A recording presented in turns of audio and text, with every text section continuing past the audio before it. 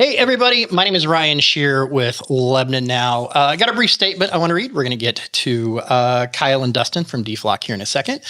Flock cameras have become a big divisive issue, not only here in Lebanon, Missouri, but across the country. Several months ago, we had Chief of Police Jerry Harrison on to discuss the implementation of flock cameras here in Lebanon. Since that original interview, flock has become a story all on its own. Every day we're inundated with news about what's happening in these systems across the country.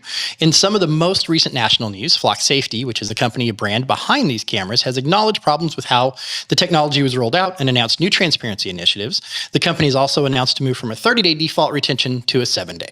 Locally, Pulaski County Sheriff's Office recently announced they would not move forward with flock cameras following a similar decision in Bolivar.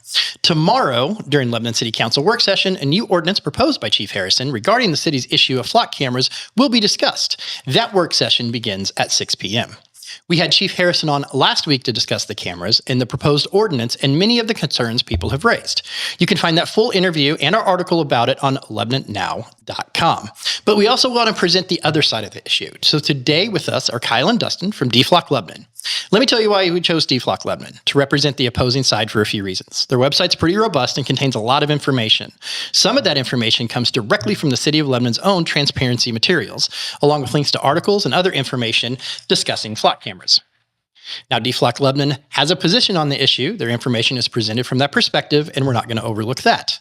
But when vandalism against the cameras began, De-Flock Lebanon publicly stated they did not support and condone that they wanted this issue handled the right way and through proper channels. Kyle has also spoken at City Council, and the group appears to be informed and up to date on the ongoing discussions around these cameras. That doesn't mean we won't challenge them during this interview, just as I challenged Chief Harrison when he was here. Neither I nor Lebanon Now endorse or condone either side of this issue. Our mission here at Lebanon Now is to bring you all the valid, pertinent information surrounding these issues so you have that information you need to make your own choices and come up with your own conclusions. So with that, I want to welcome De-Flock Lebanon, Kyle and Dustin to the show. Hey, guys. Hello. So tell me a little bit, tell me how you guys got started with being De-Flock Lebanon. So personally, it all started maybe beginning of this year. I was on YouTube. Ben Jordan video came across my feed. I haven't heard of this guy before, and I watched it. Real great video.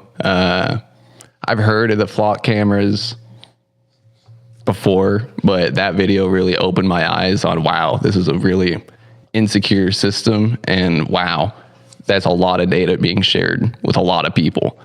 And then I saw we actually have a contract for Lebanon, and I was like, uh-oh, is anyone doing anything about this? I look online, there's really not too much talk at the time. I'm like, oh, we're getting this mass surveillance system, and we should probably do something about that. So made that Facebook, just been trying whatever I can to get people at the council meetings, let our city know, hey, we do not want these cameras for many reasons that we'll get into.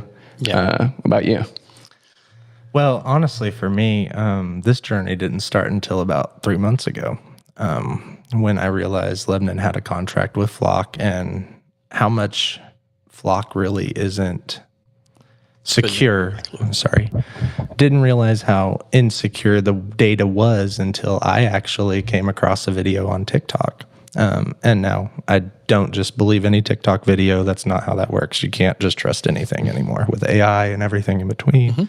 It's just ridiculous. So I started researching, and then I actually came across the video that he was talking about. And it's kind of crazy. I didn't realize how bad it could be, or so to say, go for either party, citizens or police. It could be used wrong either way. So you brought up a good point about misinformation, stuff like that. So I want to go through a little bit of an agreement here on what is true about flock cameras, right? And just so you guys know at home, we didn't discuss any of this before. We set up the meeting, came in, I gave them a quick rundown, and we went to this. One, they don't send you tickets. They don't actively record your motions. It's a picture, right? And it's they snap the shot, it goes into a database. And how that works is, so Lebanon's information is stored in Lebanon's little walled garden of database, but other police forces are allowed to come into our walled garden and look at our stuff. And that's kind of the core of the problem. Right? Exactly. I wouldn't really call it a walled garden because we don't have personal access to that data. We're not holding the drive that has that data on it, but we do control the access to that data. Yeah, that's in marketing and in software terms. Walled garden just means that is that it's a server, but it's walled off to Lebanon Police Department, who they allow access to that. Is what I mean. So we're on the same page. Right. So that was a big one that I see a lot of people thinking that. Anything to add to that? On that part, just so much misinformation about the ticket thing. People just anymore, they don't actually do the investigating or looking or researching. And it's sad. We've moved to a society that just believes what we see. Yes. Yeah. And honestly, it's really disheartening for me as somebody that went to Lebanon high school and seeing kids nowadays not do their research into stuff like this, because they're like, why can it write us tickets? I mean, it can't. It can't. No. It can't do anything that a law enforcement officer can do. No. That is, and if you refer back to Jerry Harrison's view, is that it's a piece of an investigation. It can't actively do what a lot of people claim it can do. So yeah, that's a big misinformation. It can't write tickets. It can't do that. The other part, which is going to get messy, and this is a little bit of a debate I wanted to have about Fourth Amendment. Right? So the act of the camera taking a picture of you in public in your car is not against the Fourth Amendment. It's been ruled on a million different times. The Fourth Amendment issue is the database they're creating from those. Exactly. Because the problem is, and the chief can say that it doesn't track you all day, every day, but I am going to disagree with him on that, because he showed us a PowerPoint at the City Hall. He'll be showing it on Monday as well. And he's going to shoot himself kind of in the foot with that, because that PowerPoint literally shows throughout the day, even with his own vehicle, or even the week or month, that it tracks your movements. And if we had more cameras, it tracks it even better.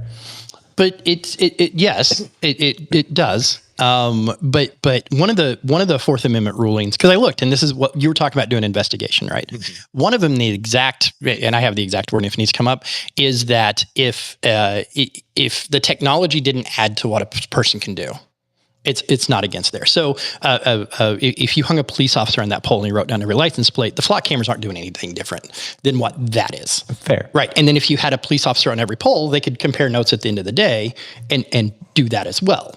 So even under like a lot of the Supreme Court stuff, that's still getting there. But as technology goes, the very first Supreme Court ruling on surveillance, electronic surveillance, was in 1928. It was about phone surveillance. And then it's just, so we're at about 100 years of law trying to be able to surveil. And isn't it crazy? Yeah, it is. Because it went from, I got the notes here, they overturned that, saying, no, you do have a privacy on phone calls. But then there's been a lot of doctrines about what surveillance is, what electronic surveillance is. And as the flock camera moves forward, and what I mean by Fourth Amendment is currently, under the statutes that exist by law, it's not, but there is litigation that higher courts would have to rule on to make the exact thing flocked camera do against the Fourth Amendment. Correct. And I do think that litigation wise, I think that flock is going to have a problem. Just because there's so much misuse. I mean, even in St. Charles County, not that long ago. I did see that as I was doing research for this. I was looking at that this morning, and I was like, that is insane. That is not that far away. And the police chief, when we were talking to him, he said that one of the things that they want to do with that. Let me stop there. Don't talk for him, please. No, I 100%. He had his opportunity to talk. If you guys sat in a room and talked, and I don't want anybody to accuse you of misquoting him. Okay. Yeah, fair. It's just a protection for both of us. Oh no, fair. Okay. So basically, in our conversation, we came to the conclusion that it was better to put protections into the new law or ordinance coming into effect, because, and we even brought up that the fact that Flock was pushing for a 7-day retention period and he only has it at 30. To be fair on that, once again, is that when this ordinance came out, because I know the date, and that's what we was discussed. at 30 days. It was at 30 days when he wrote that ordinance. So I think he was just going with what the company policy was. And it'll be interesting to see if he changes that in language now that it's been So changed? supposedly he's going to give city council the option. Okay. So that's what it's going to boil down to tomorrow. But like I said, let the chief talk to that. Okay. But the Fourth Amendment stuff, that is kind of where that lays, because a lot of people are, because when it comes to electronics and electronic surveillance and stuff like that, working in marketing for 15 years, digital marketing, it is insane how much you're tracked over everything, and that they even have access to. Well, and how much that it's sold to data brokers, and those data brokers sell it to everybody. And that's what I'm saying is the Fourth Amendment crux is the database they're building. That the act of actively photographing people in public, recording people in public, if you can see it from public, it's generally, as long as you don't have an expectation of privacy. And there's several Supreme Court rulings says the outside of your car is not an expectation of privacy. Right. So I just want to narrow down that argument. I'm not trying to be argumentative. I just want to narrow down that argument. That is the Fourth Amendment conundrum, is the database they're building. Yeah. Yeah. I'm not here to argue that the outside of the car, that I can't take a photo of it. I value my ability to pull out my camera on the street and 100%. 100%. Yeah. So I'm definitely not a Fourth Amendment lawyer. I don't personally push too hard on the Fourth Amendment side of the whole issue, because I know it's super complex. There's whole lawyers that do their whole career around Fourth Amendment. 100%. Like I said, I just pulled language that was plain language of what they'd ruled on for these. Yeah. The interpretation moving forward is anybody's guess. There's no telling. It could go either way, but it depends on how much a majority of the people feel. Yes. And that's what it's going to boil down to. And that was my third point, is there's another element to this outside of what the law, outside of what you guys say. It's what us as a society is comfortable with. Right? And why do you think, here's our first big question. Why do you think, right, that everybody's surrounding Flock? Because we've had, with Edward Snowden come out in 2013 and him saying NSA, that Verizon was giving all sorts of records on a perpetual basis, and that we had all this metadata, and with Facebook and Mark Zuckerberg, tons of litigation, being real tight with the current administration and openly flowing all of that to NSA and all of that. Why do you think people are rallying around Flock cameras individually? They brought it on themselves. They've honestly attracted a lot of negative press on their own. Just recently, how they were revealing some records on Google, and there's that ICE stuff that hit the news quite a while ago. Like, they just keep ending up in the media for all the bad reasons, and I don't know. I blame them, honestly. I could say there's like 100,000 cameras across the U.S., so that makes it pretty easy to rally around, since it's a good chance you have a camera near you. And I agree with you guys on that. On because the way they're interconnective, it can be really scary. Yeah, it definitely can. The biggest problem is because the fact of, and I've had friends that were not supposed to be here legally at the time, but they have recently got their citizenship, and so that's really cool for them. But the fact that ICE has access to these cameras across the nation, or the FBI, it just feels like you're being watched constantly, just based on your movements. And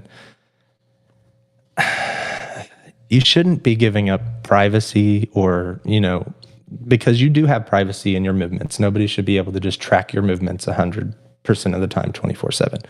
Not also not saying that that's exactly what's going on, but it's kind of going towards that direction the more cameras you add. Do you think it would solve the problem if Flock took a step back, stopped working directly with law enforcement, right? And put the cameras up on their own, because you can be private businesses, you can do that. And then the cops just had to get a warrant to get that data from Flock. Do you think that, because that seems like a crux of the problem, is that law enforcement is too close to the database? That's exactly what the problem is. Yeah. If it goes through a warrant with proper paperwork and everything. Yeah. Well, and not even, because the database is still there. Apparently not even just law enforcement have access to the database. According to St. Charles, up in St. Charles, it was an actual staffer who Yes, it was a civilian staff member that was doing that, but not even law enforcement. But if we go and talk about if we go and talk about the ordinance, so that's kind of what we're here for. And I just wanted to lay a baseline, right? And like I said, I'm not being argumentative about just don't talk for the chief, No, you're fine. But we can all points that we've agreed on so far is kind of where the crux of the conversations lay, right? Because we do have police misuse that is well documented. Right. Within talking to law enforcement here and outside of the show, there's a system called mules that people used to abuse all the time. Right. And as technology goes, humans are humans, and I'm not forgiving anybody for it, but you do have those bad humans that misalign systems they have access to. Cops are no different. So we had that 20 years ago. On a favor, you could ask a cop to go run a plate for you, and you could, but now they have to log into that systems and have that accountability. From what I can read in the ordinance and from my interview with Jerry, Chief Jerry Harrison he's wanting to put these ordinances in place for our protection. And how do you guys feel about the ordinance that is up for proposal? It's great. I love to see. So from what I can tell, I haven't dug into it a whole lot, but from what I can recall with my conversation from the chief, the two main things about this ordinance are we're requiring that we do monthly audits, and we want to do peer agency audits. What that means is we take our monthly audit, we send it to a friendly agency nearby that, we have good terms with. They look over our audit, just make sure we didn't miss anything, make sure we did it right, and then they send it back and we're all good. That was the two main things I saw in there. I'm not 100% sure. I didn't look through the full text. Did you see anything else in there? The biggest things that I saw were pretty much the same things, but he also had the data retention period before Flock had actually acknowledged that they were going to change theirs. He had set it at a relatively low, 1 month period, but that could be changed. You never know. Yeah. Because I was reading through it and having a discussion with him. I will say we did get to look at one of the audits that he did since we've had the cameras. Yes. And it is actually kind of cool to see the information that we're able to actually pull from those audits. I wish that it were more, but the fact that you can see exactly what badge number pulls how much, or if they're excessively using the system, you can kind of figure out why. Oh no. And the way he explained, I have not laid my eyes on an audit yet. The way he explained the system, it really does seem like our department anyway has stepped up and tried to put some blocks in place for the police misuse side of it. that you take everything else off the table. Because I feel like the public kind of erupted at him and they're like, okay, here's your transparency. This is what you're wanting. So do you guys feel like that's been a positive move, or do you guys still on the hard line of let's just take them all down? Yes, still a hard line. We want them down because there's fundamental issues with the system that they just can't really address with ordinances. But at the same time, absolutely love to see proactive protections against our concerns. It's exactly what we're asking for, so I really appreciate that. Chief's obviously put a lot of time into this recently, so I just love to see that. Yeah. I'm on the side of take them down because that data that Flock gets for that 7 days, regardless of that 7 days, who are they giving it to? We don't know. They could be giving it to a data brokerage in Wisconsin or California or wherever, and then who are they giving it to? So that's my biggest fear is you don't know where the data is actually going because they could be giving it to these people, not even selling it. They say they don't sell it, but they could give it to these people very easily. And Flock, when their statement came out and said that we're going to enact a whole lot of transparency audits and things like that, do you think, because Flock has turned into Kleenex, right? Kleenex is not a tissue, Kleenex is a brand. So there's several brands of ALPR license plate readers out there. There's that. And Flock has just kind of taken the brunt of all of it. And coming out because the CEO absolutely, even in business, made some missteps. Is there any recovery at all for this system? Because as I stated before, we started having these problems in 1928, right? In wiretaps for old phones. And if you look when cell phones became a thing, there was a lot of Supreme Court cases that that started. What can we have on cell phones? How can we do that? There was a New York City case about they wanted to force tech companies to ping to transition better. But then we got location data. So who has the right to that location data, by want or warrant? So how, when Flock comes into this overall, it's just a step in this whole, you can call it a surveillance state, or you can call it law enforcement using new technology. What happens next? Let's say we take the Flock cameras down. Is there any resurgence? Is there any return? Is there, what takes its place? Because that's going to happen. Well, here's my thing. I don't think that there's really going to be a resurgence of crime. I really don't. No. The thing is our crime rate, I can't talk. Our crime rate was actually going down from 2024 to 2025. If you look at the statistics, our crime rate went down itself. We didn't need the Flock cameras for that. We didn't get them until the beginning of the year. And I don't think that, I understand that they have beneficial properties to them, but with the database and the information, that's where it all lies at. That's the biggest thing that I see wrong.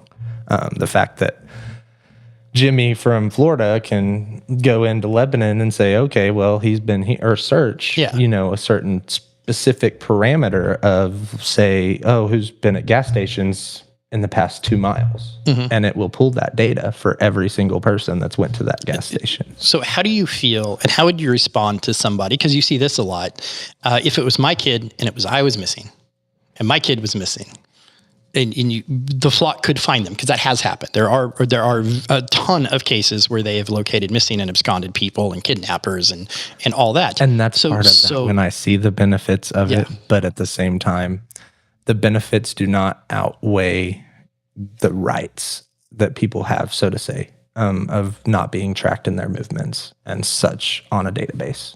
Okay. It can be hard to say that kind of stuff in the light of, a missing child or something terrible. But it's really up to the community. If the community feels this system, it isn't worth sacrificing all of our privacy just to help the 0.001%, it's really just up to the community what they think on that.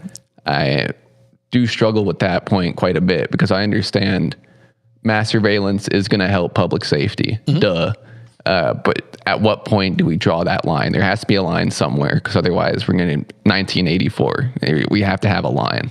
And I guess I'm here to draw it. No, and that's fair, and that's a fair assessment. But when we look at other places, like Britain has had CCTV for years, decades, right, and they're just used to it, right? Yeah, and we kind of didn't go that way. We let private citizens put their own cameras on their own buildings and do that thing, and just warranted that thing. But Britain has CCTV that you can tune into today and see that. Everybody has cameras. I have a weather cam on the front of my building that in inclement weather, we turn it on.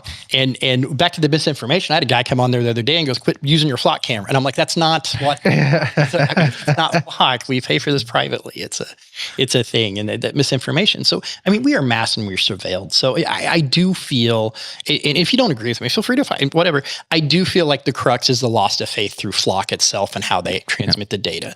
I've had a lot of experiences and people that, man, it kicks in the face. People that deal with the cops on a regular basis usually have a negative view of the cops. There's usually that cycle. That's exactly how that works, yeah. And I'm not saying not everybody, but I've not had that issue. I've had some issues. I had a car stolen, and the cop acted like he didn't care. This was years ago, right? And we've seen, and we know with every portion. But I really believe Chief stepping up and saying, here's an ordinance, here's self-checks, here's whatever. He's trying to rectify the problem in the best way that he can. That's his way of saving Flock in Lebanon. That's exactly what that is, in my opinion. Because, no offense, but looking at the comments and stuff that I just see people post, or even the Facebook posts, even if they're not in our group, because our group's public, anybody can join. Even if they're not there, it's just seeing the citizens around town posting about this, how unhappy they are. Like, they felt like, honestly, a lot of them felt railroaded just because it was just brought up at a city council meeting and there was no notification, really. It's the city posts on Facebook. There was notification. That's a whole nother debate about people getting involved in their own civic thing. I didn't even know about it. I had never heard about it until, a couple of months ago, quite frankly. To be honest, but I also have been super busy and stuff like that with college. So that's understandable. No, that's fair. But a lot of people just feel like the city council isn't on their side on this because they voted for it. I think, and I'm not speaking for anybody at all. I think on paper it's a good idea. I think on paper you have a camera that's innocuously taking pictures and helping understand where you are. Your kid gets kidnapped. I can punch in a couple buttons and I know where my kid's at. I think on paper it's a good idea. I think presented it's a good idea. And back, because I went and looked back at the date, back when we had our first interview with Chief Harrison, he actually requested, hey, I want to head this off. I know there's going to be someone, and it was in August. It was 7 months ago, or whenever it was, it was 7 or 8 months ago. I think it was April, but he come in and he said that, and it hadn't blown up yet. It wasn't a thing that was national news yet. And I just don't want to retroactively say, hey, we snuck these in. Right. I think a lot of companies, and I can't speak for them, and I'm not in any way, but I think a lot of these police forces said, hey, look, this is good on paper, and they get it, and then, for lack of a better term, Flock shits the bed, and now they have a tool that is helping them solve crime, but then they have a parent company that is making it really hard to justify this tool. Right. See, because this is the thing, Axon has ALPRs and stuff like that as well. They've been in the game for well longer than Flock, and I have an Axon one at the end of one side and then a Flock camera on commercial. So like there's one on each end of the street.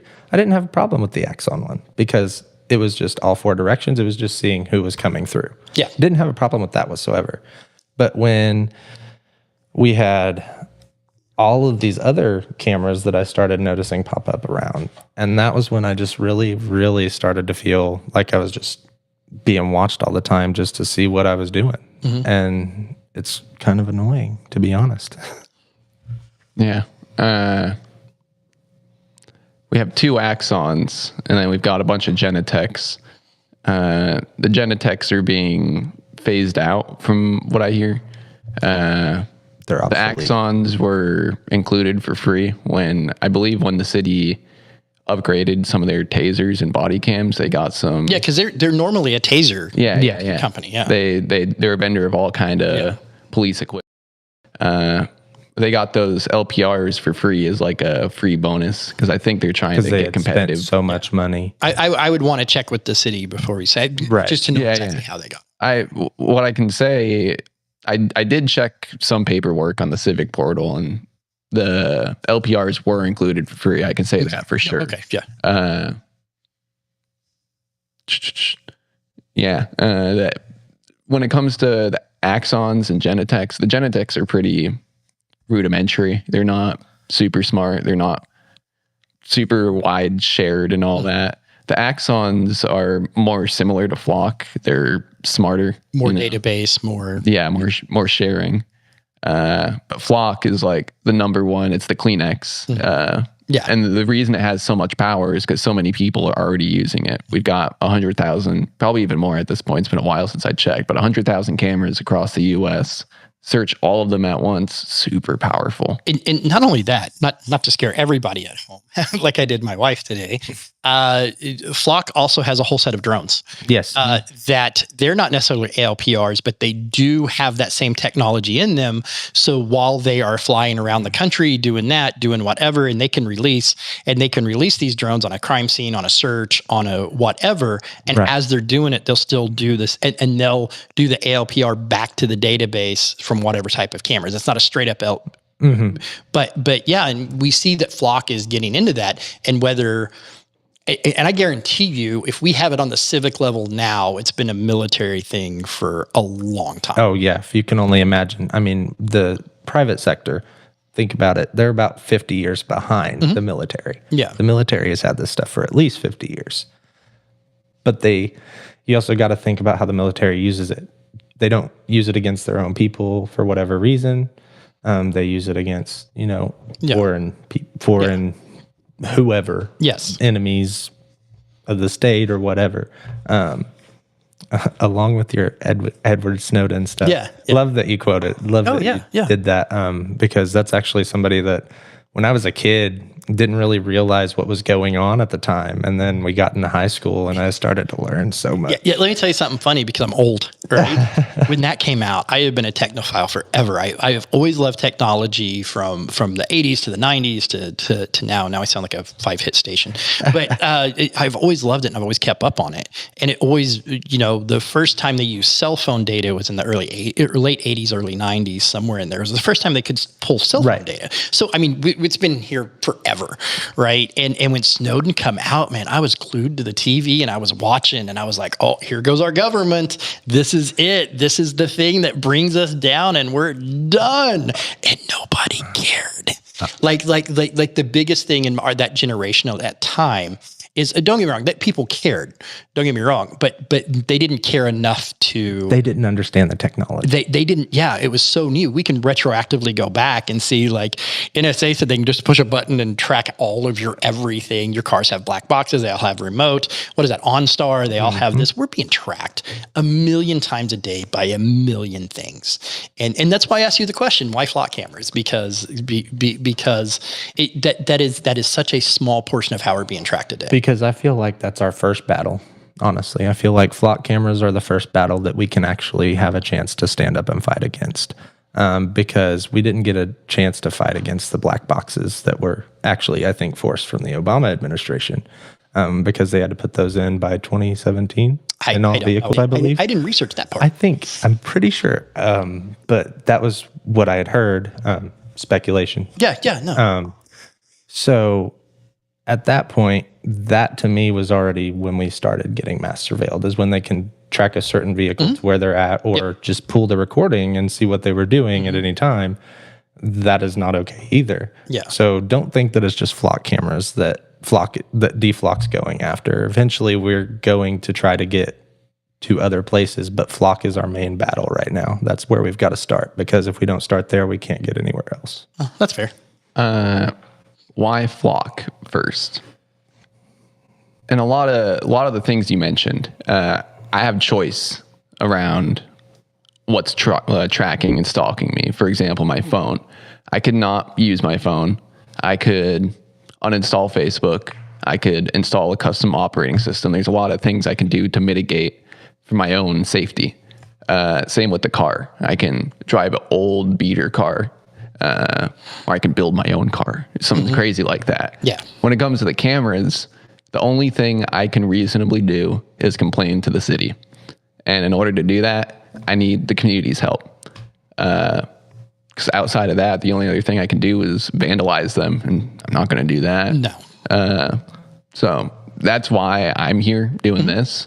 I already use custom software on my phone, block all the ads I can and everything. I'm pretty privacy headed. But when it comes to these cameras, literally the only thing I can do is just complain.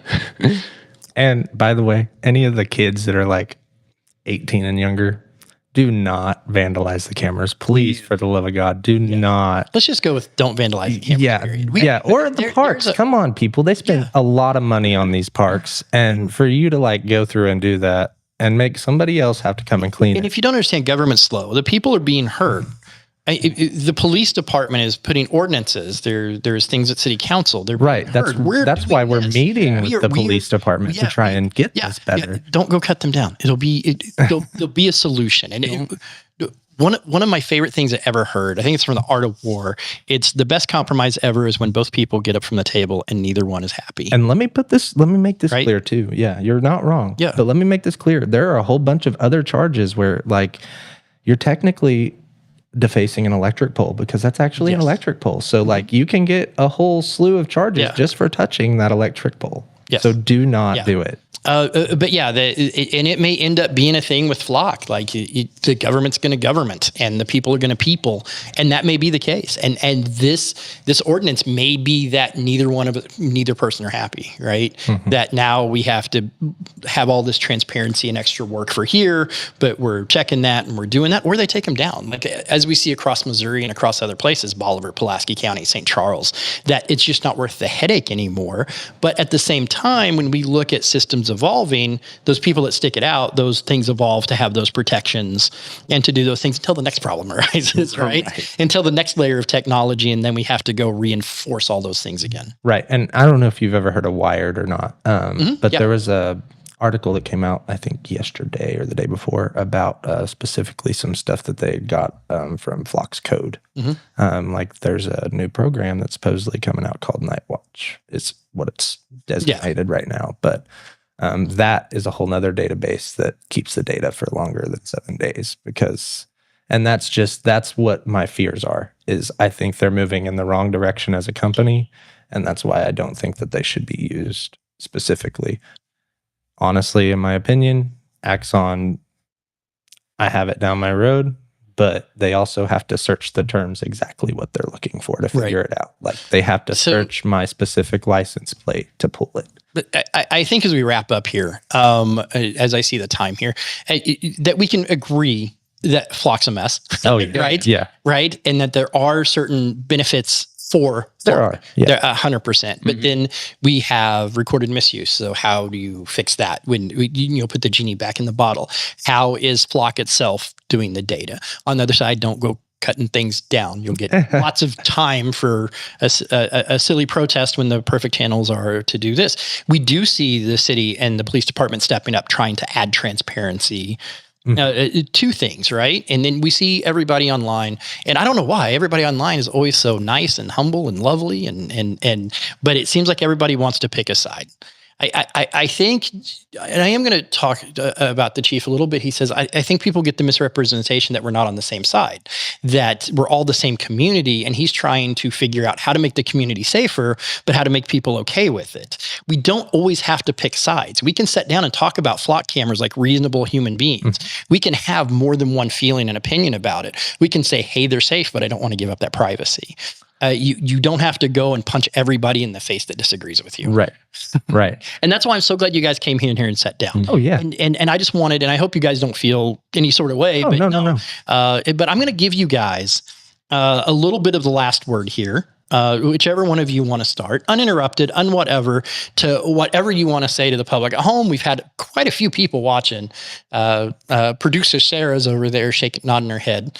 I'm blind and the monitor's too far away to tell you how many, but I looked up and it was a lot at one point. So Dustin, let's start with you and go ahead and give me your last summation of what you want and what out of this conversation. Okay, so what I want is more people to come to the city council meeting. Do it. Because tomorrow is where you guys tomorrow is where you guys can make or break it. You guys need to come and voice your opinions to the city council, because honestly, right now they're in the hot seat. They know that this could be something that costs them their career as a city councilman if they're not careful. So definitely show up and make sure that you guys make it known that you support or don't support these cameras and why, and make sure that you actually have evidence to back anything up.